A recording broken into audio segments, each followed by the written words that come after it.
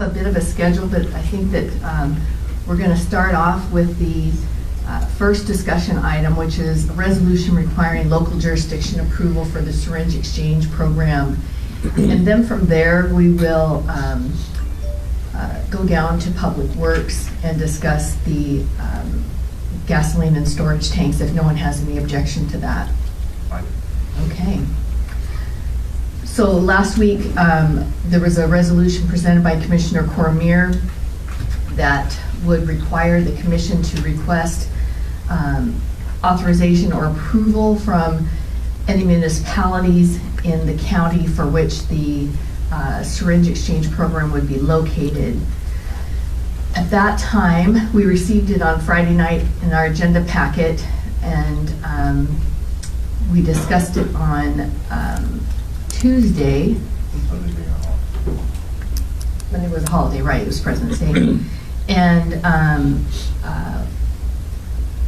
I asked for time to be able to discuss and do some research on the resolution. In addition to that, we typically don't, we have in the past, and it has caused some conflict, at least for me, to have Board of Health meetings, decisions made regarding Board of Health decisions made at a commission meeting without knowledge, of the health director or the health officer. And so I wanted some time to be able to discuss it. No decisions will be made today. This is just a workshop for the commission to discuss. And so Randy, I'll let you go first if you have any particular items that you want to discuss regarding or do you want me to address my concerns? My first concern is I reached out to Tracy Munger about the whole process when it comes to public health decisions, and she provided with the RCW 70.05.060, and I would ask her to kind of high level this for us. Is this on? No, we should. Are we on? Yep, there you go. Sure, thank you. RCW 70.05.060 is the RCW that lays out the powers and duties of the local Board of Health, particularly as applies to the question before this board now, is sub-paragraph 4, which empowers the local Board of Health and mandates that the Board of Health provide for the control and prevention of any dangerous, contagious, or infectious diseases within the jurisdiction of the local health department. That is a jurisdictional mandate that is set forth by the state legislature, and it provides that the local Board of Health has total jurisdiction regardless of city lines, township lines. You are mandated to provide the control and prevention of infectious diseases everywhere in the county. So I think that the resolution that has been put before this board, or the request that's been put before this board to seek authorization, derogates the duty that the health board would have by allowing a municipality within your jurisdiction to say, you can't do it here. You run the risk of violating the mandate of this RCW. And that is my recommendation to this board. And that would coincide with my thoughts about being able to provide public health services, because they don't stop at city boundaries. They don't even stop at county boundaries, but we have a duty as the board, when we convene as the Board of Health, to make sure that we're putting policies in place that provide for the safety of all citizens. Infectious disease is one of those things. So this resolution, in my mind, would not mesh well with those responsibilities, and I think it's problematic. It creates more issues than it resolves. What? Yeah, I would say that this board often complains about state mandates being shoved down our throat on land use issues, on unfunded mandates when it comes to ballot boxes. But here we are as a county requiring that the city of Aberdeen host this, and I think that at the very least, if we could change the resolution and not require it as a veto, as the Daily World and Vidette said, but maybe just to get their input, I think that it would be nice to see what a vote of the council would be. So are you proposing then that this issue would go to the council and the mayors every time there was a change in the council and the mayors? Because it was discussed with the city in 2004 and they were supportive of it. Are they not? I don't know if they are now. Well, it's become a problem, so I think that it's our responsibility to address that. I do think it was a problem in 2004. In 2005 when that program actually started, but they did feasibility in 2004, and at that time it was supported by the city and the mayor. In 2004 and 5, they handed out several thousand needles. They're handing out 1 million needles now. I think that's problematic. So You're entitled to your opinion, I get that. Mm-hmm. Again, the commission changes, it has a history of changing every 4 years in the last, It could change every 2 years. It could. And so, to say that because a council changes that we should not continue to reach out and collaborate with the city on this issue, because it's in their backyard. So I think at the very least, because it has become problematic, that we at the very least ask that they consider a vote on this, just to see where they stand. Well, I think that if the city was interested in having such a resolution, the city would have come to us for a resolution, and they have not. They have not approached us for a resolution. No city has. And issues that I had with the resolution itself is that it allows for a mayor in solidarity to provide a veto versus their legislative body of the city council, and I think that that's inappropriate. They have a 12-member council if you're speaking about Aberdeen. I don't know what the take is from all 12 people. I don't. So I think it should be. I think that would be a good change. I welcome any kind of adjustment to the resolution like that. And well, there's been lots of comments about the property down by the bridge, next to the Boeing building, that individuals get syringes on Fridays, and then the health department. That building at the health department is owned by the county, and the property down by the bridge is owned by the state, and we are authorized to use it for that purpose. I don't think that the cities can tell you what you can and cannot do on your properties, and I'm open to having a conversation with the cities if they want to bring a committee of their, they obviously can't have a quorum, but if they want to bring some folks together to have a discussion on this item, I don't have a problem with that. But I do think it's inappropriate for us to shirk our duty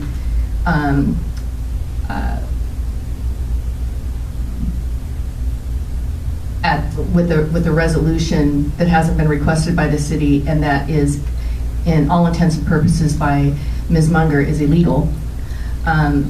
And then you start asking yourself, okay, if you get rid of the syringe exchange, then what do you do? What happens next? Is it a mother may I? Do you have? Do you go to the cities and ask for permission or authority to have a teen pregnancy program, a suicide prevention program?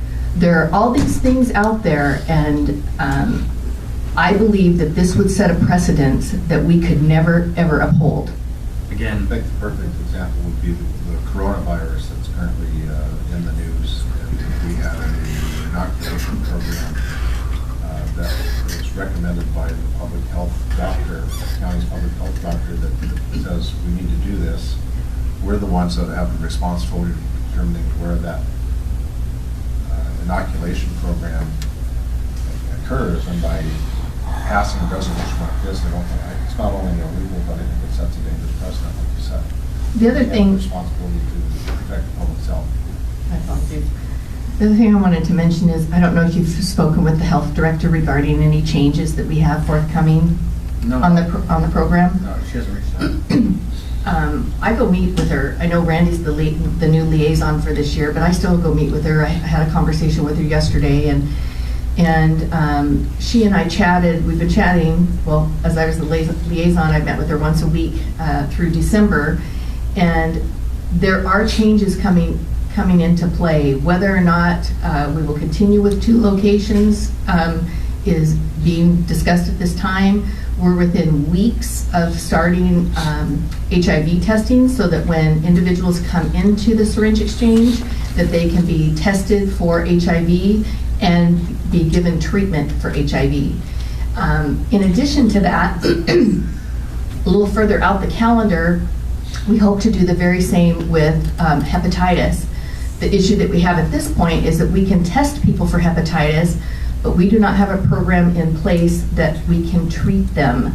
And so while many of them may be positive for hepatitis, our goal would be able to test them appropriately and then provide them with coinciding treatment for that disease and hope that they could overcome it, get it into remission, whatever the case may be.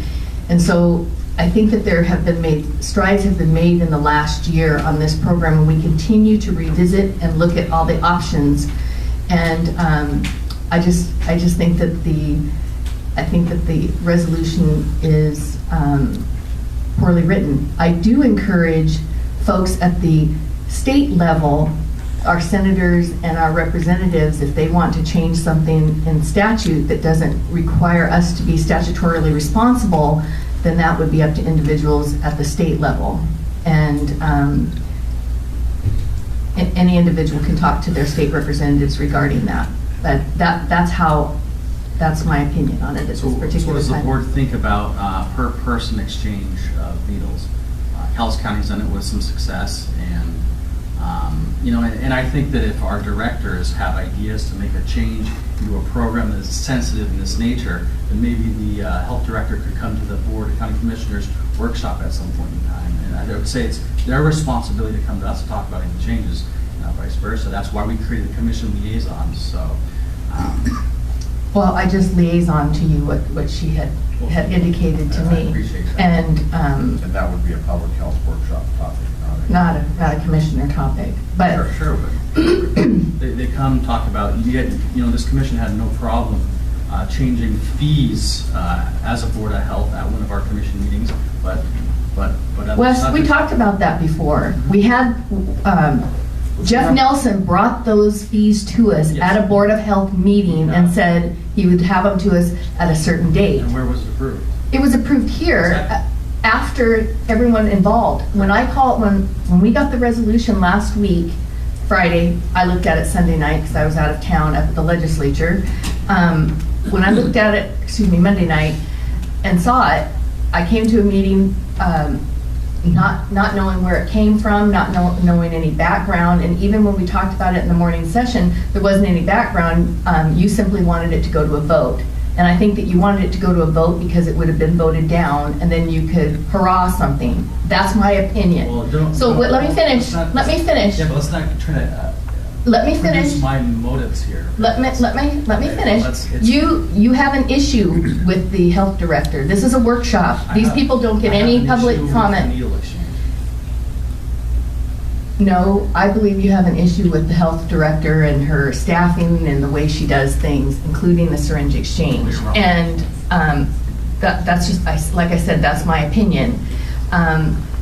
I think that if we as commissioners were interested in the work that's being done, and we had concerns, that if you were so concerned about the resolution, why didn't you contact the health director?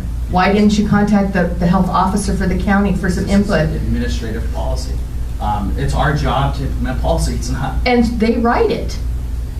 They oftentimes write it. It went through a legal process. No, it didn't. It did not. I asked Norma, and she said that she expressed concerns to you regarding the document, and that she had concern. All that she did was to glance over it. She gave no legal opinion on it.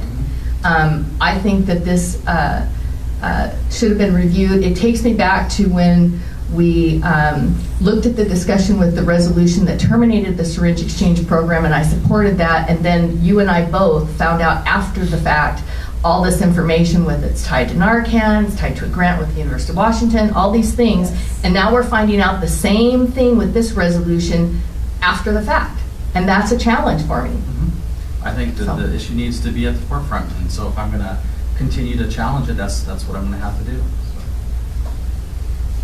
Any other comments at this time? Yeah, I'd like the board to consider some additional things like limiting per needle exchanges. I know you have said best practices is give them as many as they want, but I kind of think that's a bad idea because we're at 1 million needles being exchanged at the county, and I think that what it does is it fails to make the contact between the public health department and the individual seeking possible services. What it does is it allows one person to then exchange those 2,000, 3,000 needles to 10, 15, or 20 different people. So I think the board should consider this. Any other comments? No. All righty, moving on. We're going to let the road department come up. We have Public Works to discuss the gasoline and storage tanks at the road shops. Mr. Cost? I want you to come up to the podium here so that everybody can hear you.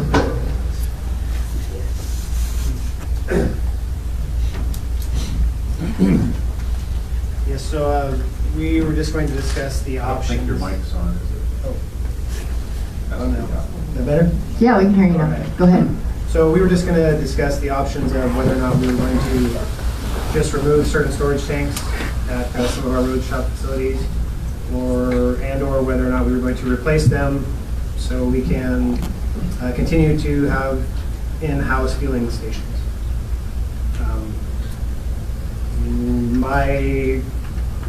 Just some initial costs, just to remove tanks is roughly $50,000. To install new above ground tanks, depending on the size. So if we go like for like, to replace those with above ground storage tanks, rough estimate is $75,000 to $100,000. That's tanks, equipment, and installation costs. Just quick numbers. What quantity of tank, what size of tank would that be? So those are, currently we have 4,000 gallon underground storage tanks, one each for gasoline and unleaded. This is for all county At all locations? outlying shops. Montesano has a 10,000 gallon gasoline tank and a 4,000 gallon unleaded tank. And everything's underground at this point? Correct, currently everything is underground. Unleaded is, when you say gasoline and Gasoline, unleaded, unleaded, so you have gasoline tank and then a diesel tank. that's what I Oh, did I say, sorry. I just wanted to confirm for myself and anyone else that might be thinking out there, because you used to say when you went to the years ago that you wanted either unleaded or regular. Correct. So I just want to make sure I'm on the same page. We only have two options at this. I am showing my age. Thank you. So, roughly cost savings, so with our own storage tanks, using bulk fueling, we save an average of 35% versus purchasing it through a local vendor at local commercial fueling stations. So those are an extra cost if we go towards that route, but there's also cost with having our own fueling systems. What's the thought about, because I know one of the reasons we have tanks at each of our sites now is so, one, it's convenient, but the other issue is if there is a weather event where there's no access to bulk fuel, that we have our own generator and systems that we can fuel up our trucks. So, Correct. how would that be mitigated? The only mitigation would be to look at what the commercial vendors, what their options are and what their facilities have. I don't know the answer if they have generation for backup at any of their facilities or not. So that would be one thing we'd have to look into.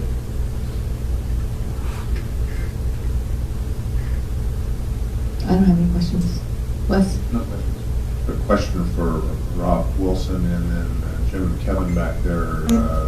Thoughts, input? I mean, I like to see the tank stay in Cosby where we say, you know, where. Jim, You need to come up here. Yeah. Why don't all of you just come up here and huddle around James? He needs the support anyway.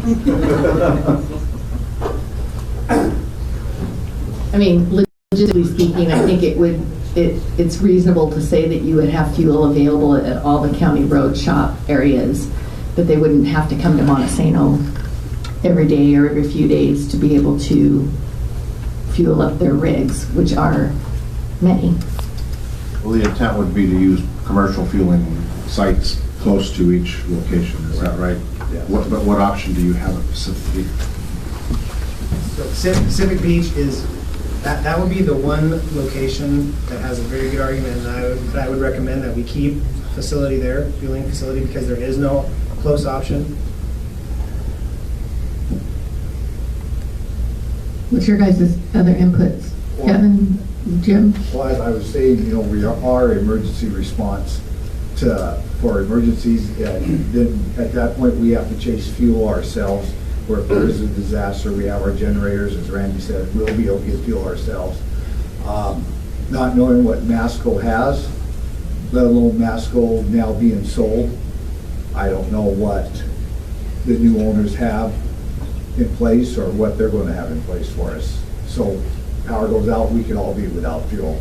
We're at the shop, we would have our generators to keep the fuel going for us. And when we did have the big windstorm years ago and everybody lost power in Aberdeen, we were supplying fuel to Bonneville for their trucks because no one else had fuel in town. So it's just an option to keep it going for us. Same with the East County area. We definitely need to have availability up there, not just for ourselves, but like the PUD, they've come in and gotten fuel from us when other large events happen. So keeping our fuel up there is important. James, are there two 4,000 gallon tanks, or is it a split wall tank where? No, well, that would be the option that we would look at if we decide to install above ground tanks. And roughly, the savings aren't significant, but there are savings in doing a split tank versus two independent tanks. Mr. Wilson, any comments? I agree. There is a cost for having the fuel at, or maintaining the facilities to have the tanks at each shop. But we have seen the need to have the fuel. I mean, it is like Jim and Kevin mentioned, when you get into these major storm events, we are a first responder. I think it's a valid point and there's a need to have the fuel readily available for us and whoever else may need it when the time comes. I think it would be nice to, like James says, to get out of the fuel business, but I think the need is there, and I do have, I know we've talked about this before in the past, but the Kazi shop is the one issue there, and I don't know what the above ground, what the regulations are, but with the proximity of the wetlands, that is an issue that will come up, I'm sure. It's going to be elevated? Well, what they would do is you'd have a containment, a concrete containment where the tanks were placed. There isn't the regulation requirements on above ground storage tanks that there are on the underground storage tanks. There's no required monitoring, like the electronic and monitoring equipment that is required, the annual Department of Ecology compliance testing annually. They no longer fall under the Department of Ecology for compliance in that regard. So there is cost savings from that standpoint in putting above ground tanks in versus the underground storage tanks. And from my standpoint, I manage these systems, but the roads department and these other departments are the ones that pay for it, through the rates. So, And use it. So, I'm just here for a recommendation is basically all we're here for. So with Cosmopolis, which is, it's the best road area that we have because it's in, I'm looking at Kevin's face.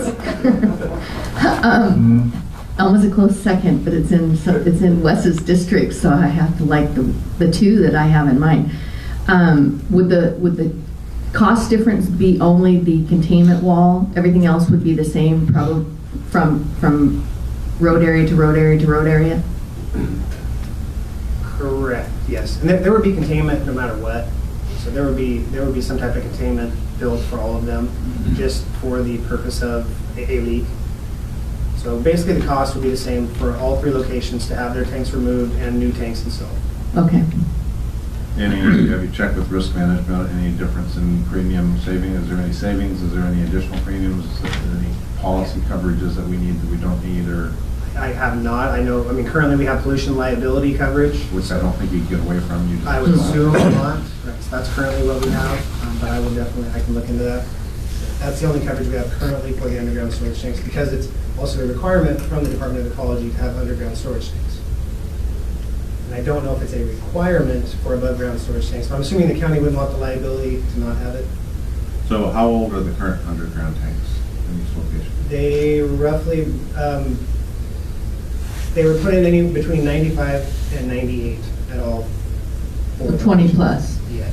So that's why now we've been budgeting and putting away money to start replacing and removing these. And then also with having your fuel system, you also have fuel management or the card lock systems, you know, how the different pieces of equipment access it, management from the administration side, payroll side, things of that nature to do the billing. And so, you know, there's all those other costs, but like I said, it's, you know, it all gets billed back to the users of the system. So. Okay, any other questions? With the commissioner's permission, I'll work with James and Rob and have them bring back some other information. Maybe a recommendation if we move forward on this, maybe a phased approach with the most significant areas first. But I would think I'm not in favor myself of getting rid of the tanks, but going above ground, especially when causing, makes sense. And then eventually going above ground with all of them, I think makes sense because just of the risk factors involved with having underground tanks.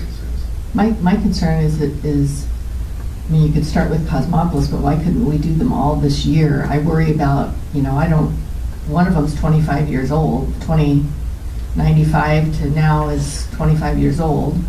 And I worry about its condition under, you know, continual use, that there has to be some sort of guideline on replacing them as far as what their lifespan is for a tank. That would have me have some concern as well. Yeah, those are for the steel type tanks that we have. 25 years is the allotment of when you should be looking at replacing them. Okay. Single wall tanks we're currently using? No, some of them are double wall tanks. Some are single wall, some are double wall, depending on when they were put in. I believe the outlying shops, those are all single wall. Here in Montesano, we have double wall. Because these ones were the newest, and I believe they were put in 98. Okay, we'll wait for you to bring something back with Commissioner Ross. Recommendation and placement on the agenda, whatever you think is needed. If we need another workshop, fine. Otherwise, a cover sheet summary with a request would be great. Thank you. Mhm. Mark, are you going to take the shoreline master plan? Is Jane coming down for that? She'll come for that, yeah. Okay. Do you want to talk to us about the courtroom falling apart? I do.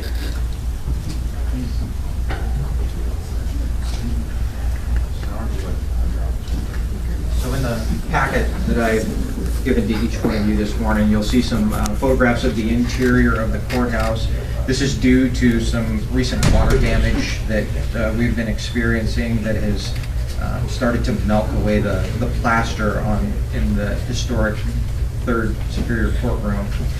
Starting tomorrow, John Lupo Construction will bring in a 135-foot lift, and they'll start doing the roof repairs. We've done an emergency, Norma was working on an emergency resolution for me to get that in front of the board to make these repairs so we don't have further damage to the interior of the courtroom. So we're going to do our best to get the water to quit leaking, and then after that we'll be going to the interior of the courthouse to try to repair some of this plaster work that's been damaged.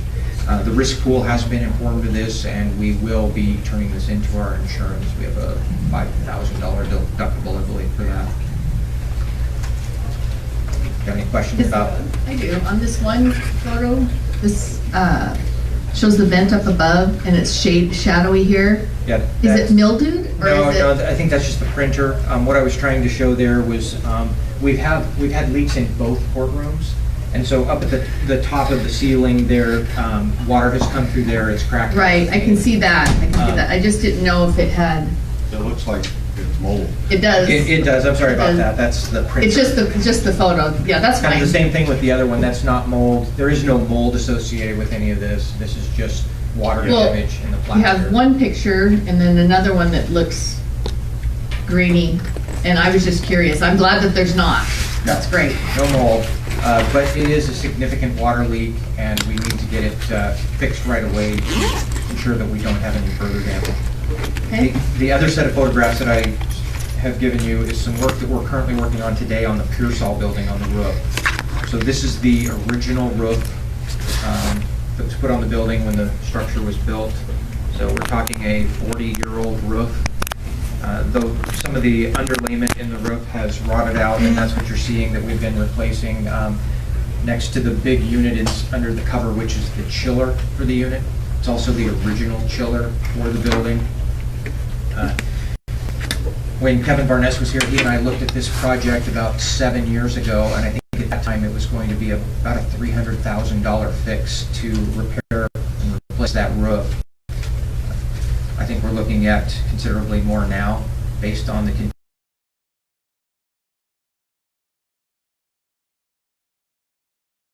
and I'm supposed to meet with them this week to see if they've come up with some solutions for us and some cost-saving measures that we might be able to enter into to help us.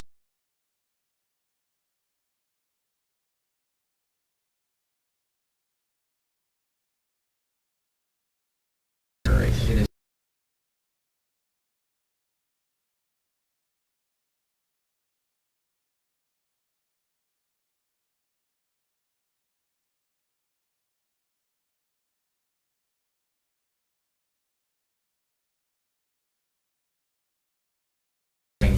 facility.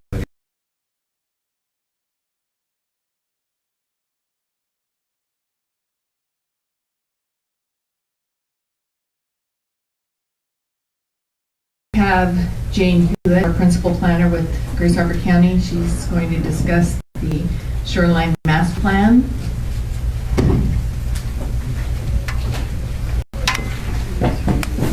Jenna, this was on here. We have it at 11 a.m. and it's also the discussion item. Is there? Just because there was attached documents, so that's why I thought the discussion and documents attached. Oh, okay. Base.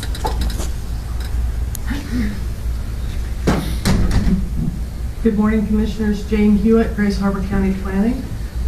What you have before you today is the Shoreline Master Program update, the final review. This document's been reviewed by you previously and has gone to the Washington Department of Ecology for its formal review with ecology. The first item in your packet is December 18th, 2019 letter addressed to Commissioner Cormier that outlines their approval with discussion of the attachments, which are the required changes and then recommended changes to the document. What you have in your packet is additionally is attachment A is the findings and conclusions for proposed comprehensive update of the Grace Harbor County Shoreline Master Program written by Senior Ecology Shoreline Manager Kim Van-Zwallenberg, who's here today for questions, which would be basically her staff report discussing the findings and conclusions of her review of that document. Then you have what I would call a clean version of the document, which would be the required changes and the recommended changes all shown in context. What we have otherwise is an electronic version that shows in track changes which of those are recommended changes and which are required. So that while it says final draft in the upper right-hand corner, that would be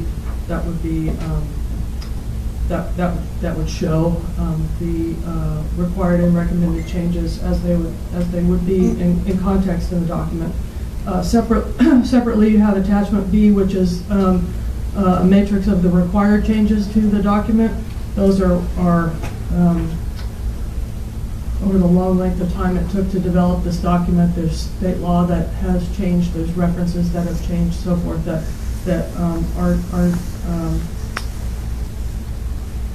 are not really up for discussion.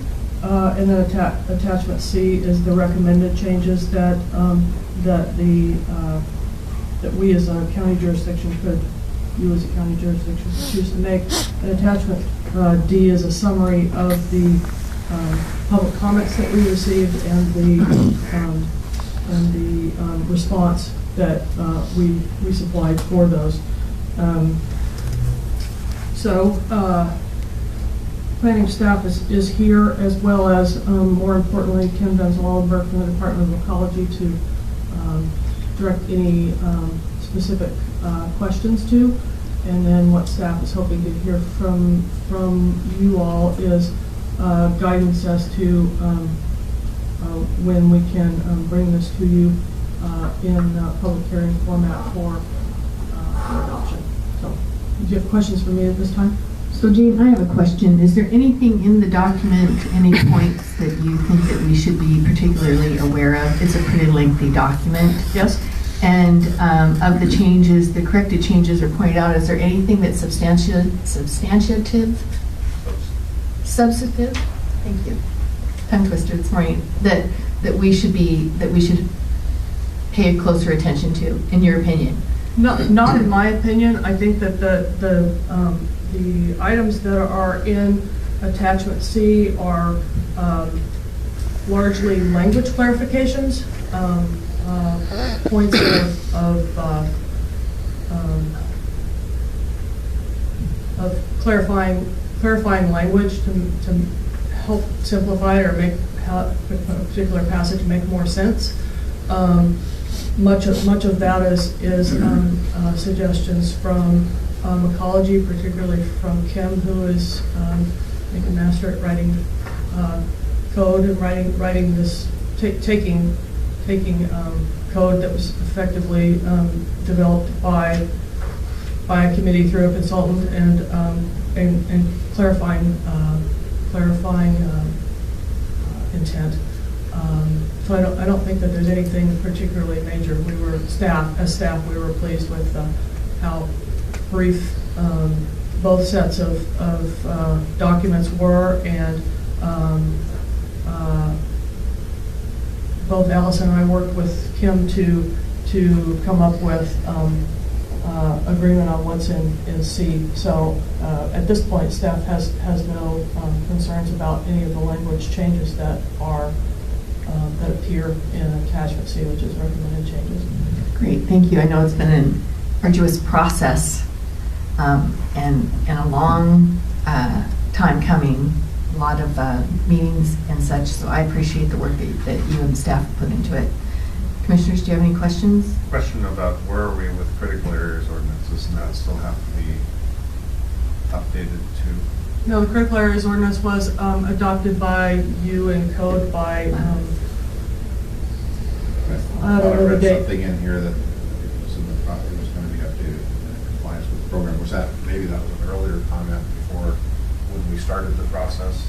Yes, so I believe at the time, we had a placeholder for references to it. Right.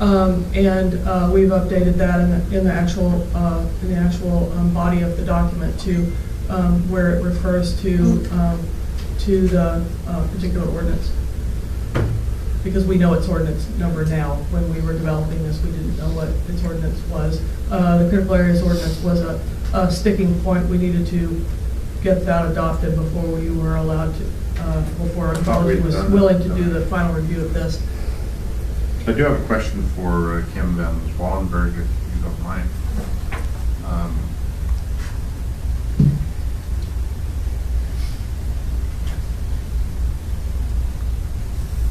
And my question has to do with our plan versus other county plans you're reviewing. Obviously, counties are different and have different needs and ordinance. Are there is there anything that's significantly different in our plan than there are in other counties' plans that you can point to quickly? Well, your plan is specific to Grace Harbor County, so I guess that would be It the, has to do with addressing shorelines and setbacks and. so are you asking if it's more restrictive or That'd be great just? to know. Well, More you're restrictive. protective along the ocean, for sure, which is, in today's world, I think how it should be, ensuring that people are, if they are developing, they're developing in a place that's safer, not putting themselves or their property at risk. So while you have a lot of heavily developed shorelines directly along the coast now, and the master program recognizes that, in new areas where the development is light, the expectation is that they would be set back far enough so that they're more protected from potential hazards. And I would say that that's also the case in Pacific County along certain stretches of their shoreline as well. So the changes or the pieces of your master program, I'm trying to think if there's something really specific beyond looking at what every master program, every county master program starts with the inventory, and there was a hard look at what your inventory showed along your shorelines, and then the master program was crafted to respect and honor the environmental resources that you have along your shorelines, as well as the existing development patterns. And that is something that we did in every county, and I would say that yours reflects the way your development has occurred out here, and recognizes that. So One of my concerns moving forward is how dynamic the program is if we start to see additional economic development here, and how quickly we can respond to it. Because I know there are several projects within the county that seem to get bogged down with shoreline and ecology permitting, the SEPA process. And most of those oftentimes are within municipal jurisdictions and not the county jurisdiction. And it's troubling to see it.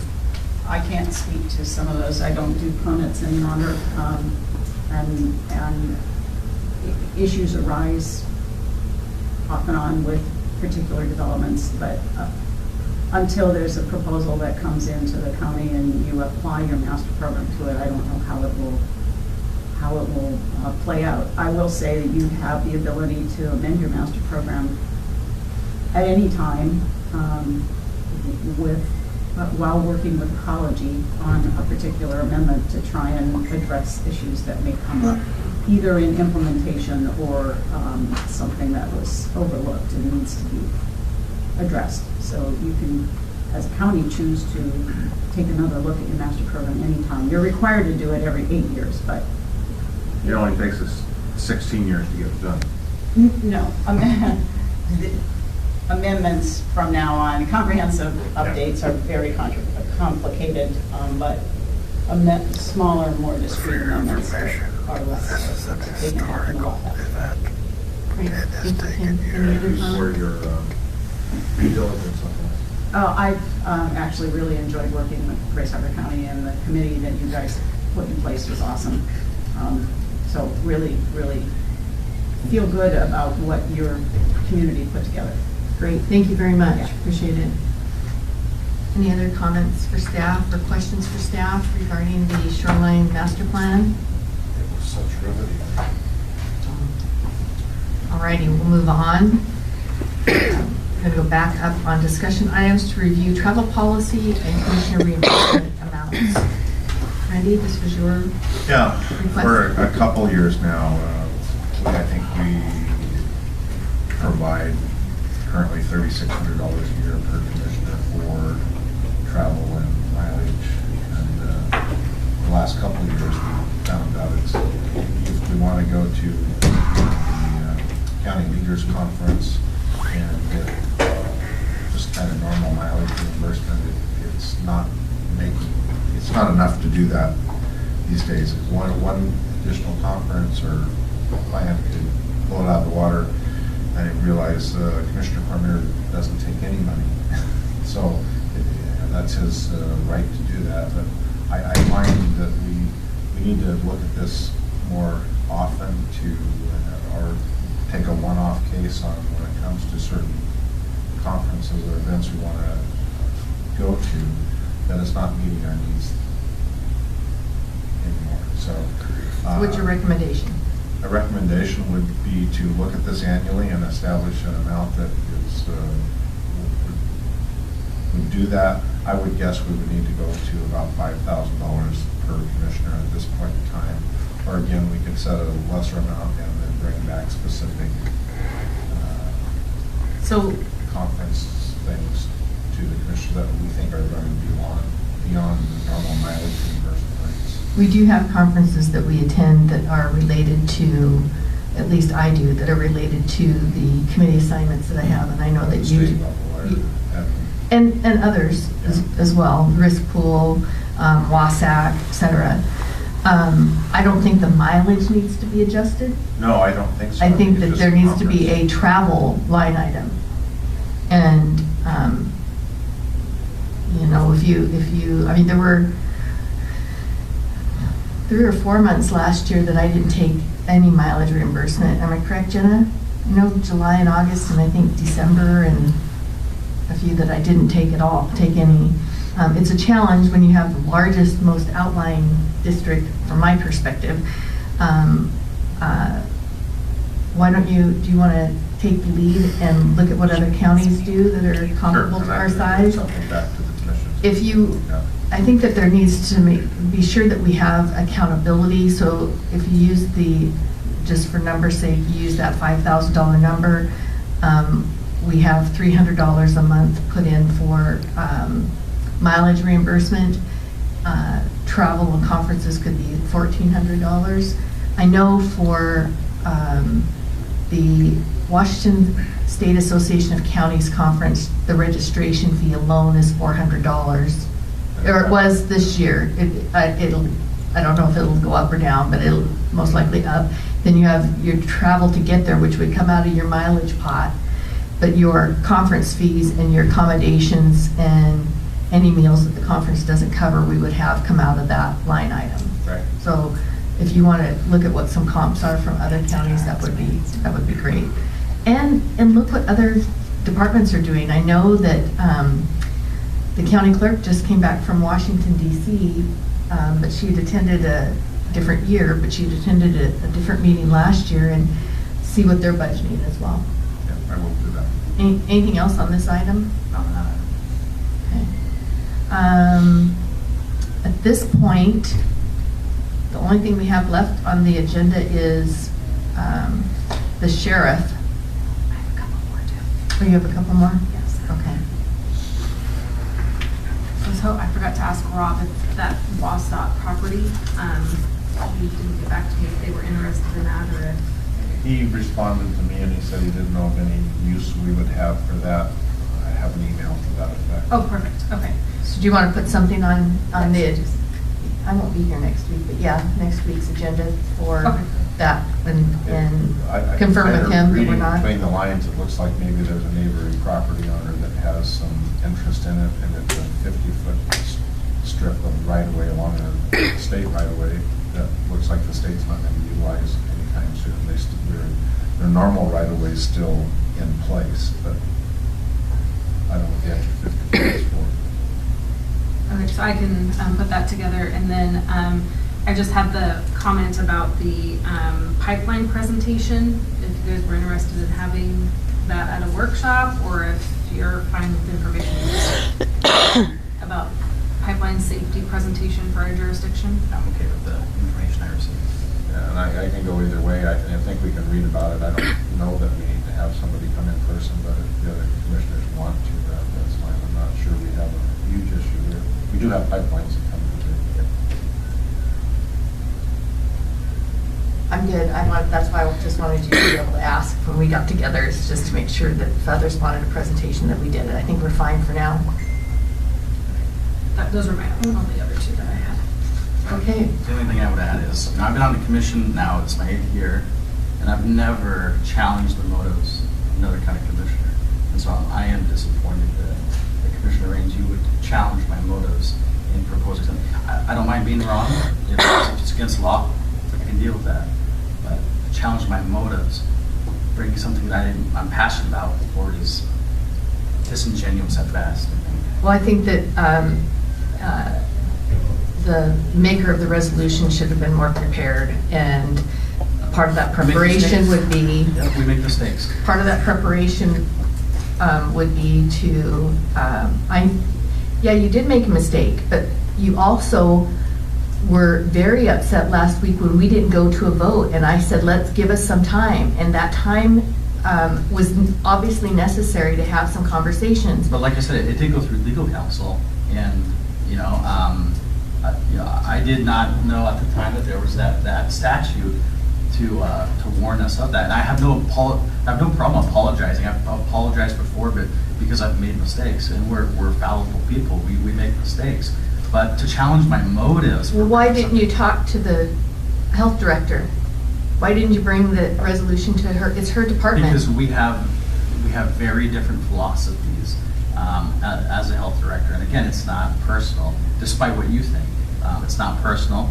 And again, why challenge my motives? Why not say, maybe you misstepped and probably brought this forward too soon. That's one thing, I can deal with that. But to challenge my motives, I've never done that to another commissioner at this table. Even when I had another commissioner, several years ago, where you and the other commissioner didn't get along quite a bit, I never challenged the motives just because he brought something forward that I didn't like. So I just appreciate a better decorum next time. Well, my apologies to you. I do think that it's frustrating to me when I have individuals that reach out, that were made aware of the resolution and wanted to be here or asked to be here, whatever the case may be, but yet our county health director was not. And so from my opinion on the relationship should remain mine, and for that I apologize. I do think that we need to make sure that we do our homework and our due diligence when we bring something forward. Sometimes I get ahead of myself, I admit that. I understand that you're passionate about this issue. I understand your perspective on this issue, and I actually agree with your perspective on this issue for all intents and purposes. I don't like the syringe exchange program. I don't like that we have a program that we need a program that takes care of or tries to take care of an issue that we have. I hate that we have the issue at all. But I have to rely on the individuals that are knowledgeable in that field, and that's where I make my judgment call, and basis is based off of individuals that I have spoken with directly, whether it is Summit Pacific leadership, whether it's community hospital or our health officer or the health director, the AG's office, the Department of Health for the state. I've done my homework. Yes, I don't like the program, and I don't like having to have it, but I do think that it serves a purpose at this point in time. I agree, and I think that something that's missing from the part of the conversation is we're here to make decisions and filter what sometimes the professionals say. Obviously, the Seattle professionals aren't doing a good job in advising them on how to move forward with some of the problems they have. Same with Los Angeles, same with San Francisco and New York. So what we do as commissioners is we look at the big picture. We don't say yes to everything that a professional brings forward. We look at the big picture and we make decisions that way. Sometimes our decisions are philosophical, on principle, on data and science, and so I understand that, but we don't just take for word what the professionals say and then apply that, because sometimes in the big picture it doesn't. Well, I don't base my decisions solely on my knowledge and my opinion of things, obviously. Mm-hmm.